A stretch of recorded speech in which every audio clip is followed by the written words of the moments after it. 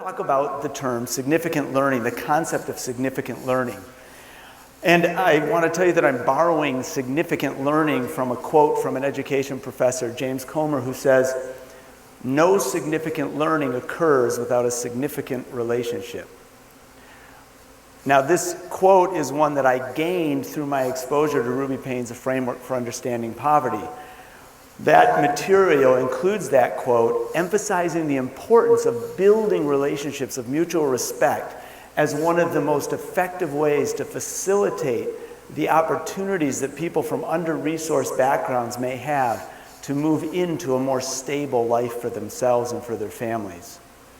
But I want to deal with the idea of significant learning in the educational setting, because education is all about learning. That's what we are designed to do, is to set up a place for people to learn.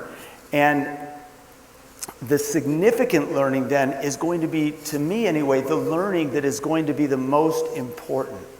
But in order to have significant learning, you have to have significant questions. Learning is all about, in a sense, answering questions. It's about what I don't know becoming what I do know. So to have significant learning, we have to start with significant questions. And so I will invite you to consider that, is this an adverb or an adjective is a question, but it's not significant. Is this a isosceles triangle or an equilateral triangle is a question, but it's not significant. What I love about the job that I have is that I get to work with people, young people admittedly, but I get to work with people as they begin to wrestle with the questions that all people deal with all through life.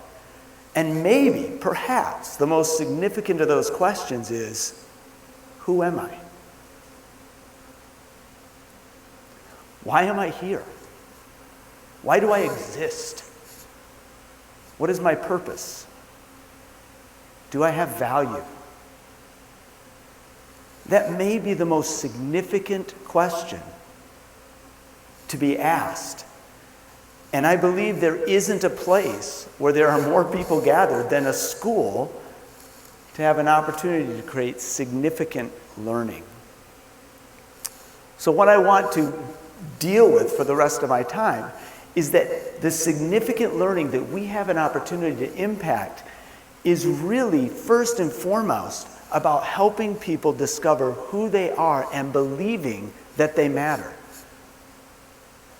Now, I work in a school system, and I will tell you that I can say almost universally, I don't know very many teachers, and certainly none that I will name, who don't care about students, who don't care about the kids that are coming into their building, who don't care that the kids become or do the best that they can. I don't know many teachers that would say that they don't care about their kids, and if I do know some, I'm not going to name them.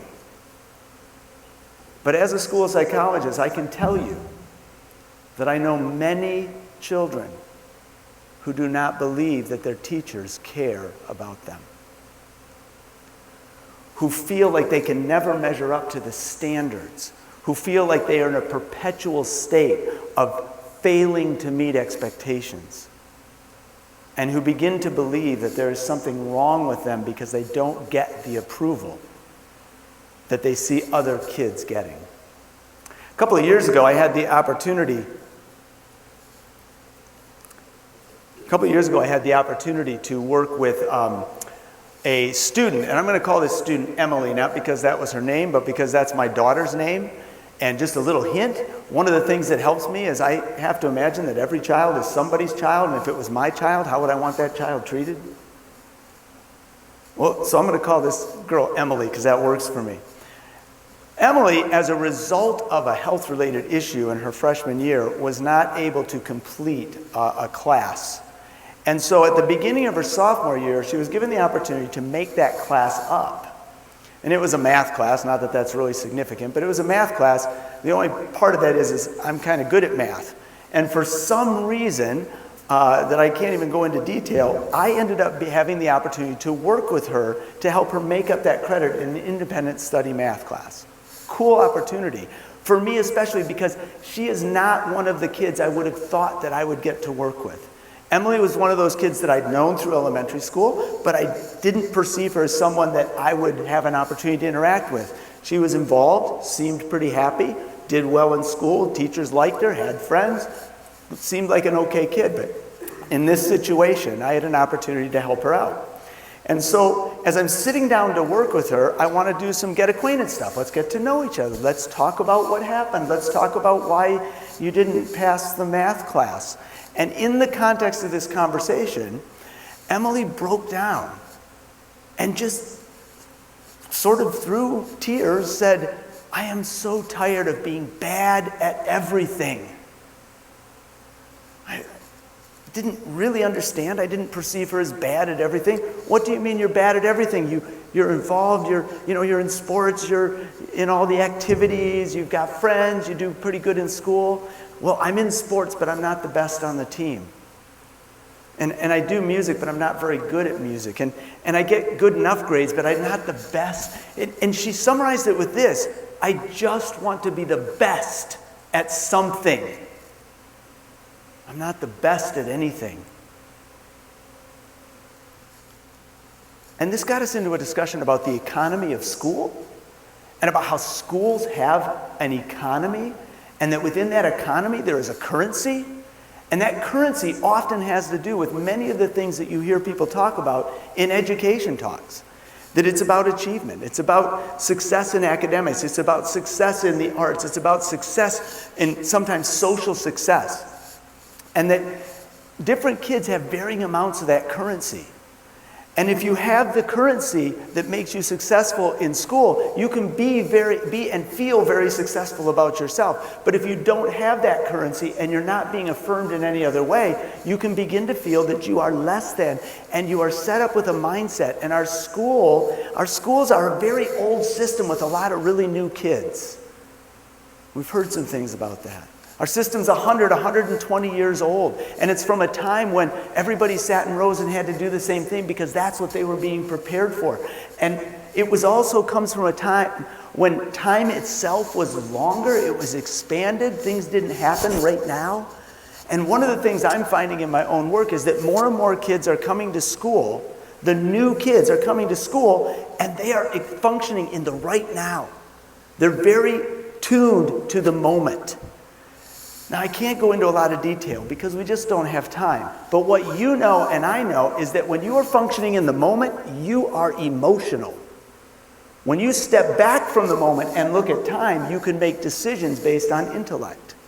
More and more kids are coming into our school system with a right now mindset that is more emotionally driven than it is what the school expects, the linear concept of school, that you do this, then you do this, then you do this, and you get someplace. That linear model is very future-oriented. But when people function in the right now, you become absorbed by right now. You know this if you've ever had an emergency or a crisis in your own family. You know that emotion takes precedence over anything that's future-oriented. Why are kids like this? I don't know. There's lots of reasons. We can talk about media and families. It doesn't matter. More kids, more emotional, coming to school.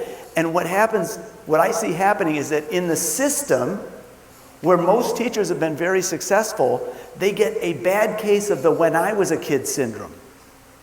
When I was a kid, we didn't act like this. When I was a kid, kids were more responsible. When I was a kid, my parents didn't let me sit around and play video games all day. They kicked us out and made us play outside. When I was a kid, we showed respect. And you can hear this. If they don't say when I was a kid, you hear this. You hear, kids today, they just need to be more accountable. They just need to care more. They just don't care anymore. And if you will hear those statements, what they're saying is, when I was a kid, we didn't act like that. And the real message is, kids today need to be more like me. But what we're doing is we're holding today's kids accountable to yesterday's circumstances. And I'll just give you a little thing that you can hold on to. Today's kids have always frustrated yesterday's kids. This is not a new problem.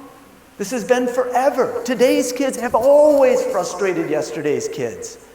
Because we somehow forget that we were children and we didn't like the grown-ups either. We forget. It's been true forever. The problem is that more and more kids are coming to school with less and less of that emotional foundation, and they're much more vulnerable to a sense of not fitting in and not belonging because of the functioning in the now. Now, if we're going to have significant learning, we have to have significant knowledge. Learning is just the transfer, for the sake of our discussion, learning is the transfer of information from one person to another through effective teaching. That person doesn't have the knowledge. I have it. I'm going to teach it so that they have it. If we're going to have significant learning, we have to have significant knowledge. You cannot teach what you don't know. No matter how good a teacher you are, you have to have knowledge. So it has to start with the knowledge that every single kid is the most significant and important person in your presence at any moment. And that all of them have value. You have to have a context for that. For me personally, as a person of faith, it's the image of God context. Every single person that I meet in my worldview was made in the image of God. That means there's something about them that is unique, that was put in them, that I have a greater understanding of who people are and even who God is because I know that person. Maybe for you it's the belief that every human being has potential and a gift. We've heard people talk about that. But if you don't have that knowledge, if you actually believe that some kids are better than others, you can't teach that significant learning, which is you matter. You are important. And too many kids are coming to school and feeling like they are not significant. The technique then is teaching. That's what makes it work. The technique is relationship. Significant learning comes through relationship. And that becomes the way that we can transfer the knowledge. What would it be like if every time a kid walked into the presence of an adult, in one way or another, we communicated to them, you matter. Not because you produce, not because you meet my expectations, not because you follow my rules, not because you're obedient, but because you exist. What if we started with that as the foundation? This isn't about being friends with kids. It's not about, I'm going to be your friend. It's about creating a context where accountability and responsibility make sense. And a belief that even if you fail to meet my standards, you still matter. You are still important. Emily and I worked on the math. We worked hard on the math. And I don't know that Emily will ever be a math whiz. She may not get one of those STEM jobs. I'm just going to tell you. That might not be her area. But in the process of working at it, we had discussions about meaning and value and purpose and about maybe not evaluating yourself in a hierarchy about how you compare to others based on the economy of a system that really isn't what life is about. And we were able to get to this point. We were able to get to the point where she could begin to examine her gifts and her talents. And at the end of it, she had a real gift for empathy. And this is what she described. At the end of it, she was able to say, you know, what is it that makes you you? I think I can feel it when other people hurt. How much more important is that to her adult life than whether or not she could solve the algebra equation? How much more significant is that to her adult life? If we in school are interested in success in the adult life, think about yourself as an adult. How many of you as adults know that some of your biggest insecurities, some of your biggest doubts about your character, some of the biggest things that you struggle with to this day, you trace back to experiences you had when you were a kid? I've not met an adult that told me otherwise. So if we are truly interested in the future of our children, we must give them significant learning. We must give them a sense that they matter. We must invest in the emotions of now, because everything about what we care about, their future, depends on them developing a foundation of believing in themselves, that they have value, that they have purpose, that they matter. That is significant learning. Thank you.